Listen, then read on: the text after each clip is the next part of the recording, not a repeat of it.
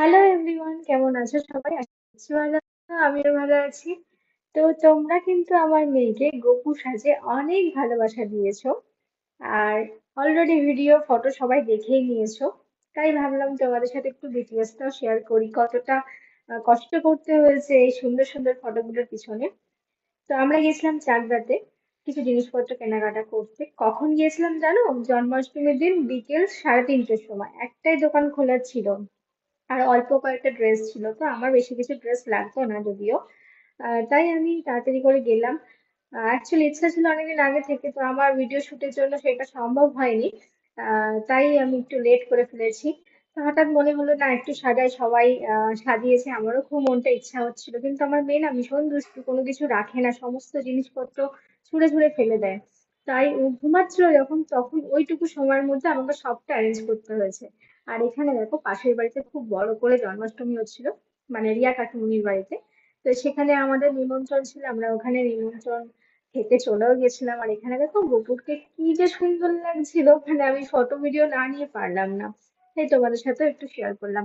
By the way, আমার মেয়েকে যখন গপু সাজিয়েছিলাম, যখন ও ঘুমাচ্ছিল তখন কপালে কলকাগুলো করেছিলাম, এবং দুটো হাত আমি দুই দিক দিয়ে ধরে রেখে দিয়েছিলাম। মানে আমি একদিকে, রানা একদিকে ধরে রেখেছি, যাতে কোনোভাবে ও না ঘেটে যায়। ও যখন ঘুম থেকে উঠেছে, সঙ্গে সঙ্গে ওকে নিচে নিয়ে এসে জাস্ট ড্রেসটা পরিয়েছি। পরিয়ে নিয়ে গিয়ে আধা ঘন্টার মধ্যে ফটো শুট, ভিডিও শুট সমস্ত কিছু কমপ্লিট করার পরে তারপর ওকে আমি আহ সন্ধ্যাবেলার খাবার দাবার খাওয়াই। তো খুব তাড়াহুড়োর মধ্যেই ফটোশুটটা হয়েছে, তাই খুব একটা ভালো হয়নি। আর অনেকে ওকে গপু সাজে দেখার জন্য অপেক্ষা করছিল, বিশেষ করে পায়েল আমাকে কমেন্টও করেছিলে। তো যাই হোক, অনেকে বলেছে কেন রাধা সাজায়নি। পরের বার ওকে রাধা সাজাবো, কারণ রাধার তো অনেকটা সাজ থাকে। সব সাজটা না ও মানে নষ্ট করে দিত। যে কারণে ওকে অল্প কিছুর মধ্যে দিয়ে একটু ওকে কৃষ্ণ সাজিয়েছিলাম, মানে গপু সাজিয়েছিলাম। আর কি কি করতে হয়, তোমরা তো অনেকে প্রশ্ন করো, দিদি তোমার মেয়ে খুব সুন্দর হেসে হেসে পোজ দিয়ে ফটো তোলে, তার পিছনে না প্রচুর, মানে মাথার ঘাম পায়ের ফেলা যাকে বলে, সেই অবস্থাটাই আমাদের হয়। আর সেটা আমি তোমাদের সাথে শেয়ারও করবো। আর আমার গপু কি কি গানে নাচ করছিল সেটা কিন্তু দেখতে হলে ভিডিওটা পুরোটাই দেখো। এখানে দেখো, ওকে সাজানোর পরে আমি ওকে ঠাকুর ঘরে নিয়ে চলে এসেছি। আর এটা হচ্ছে ওর খুব পছন্দের জায়গা, সন্ধ্যা হলে ও ওখানে যায়, নিজের মতো নিজে নাচ করে।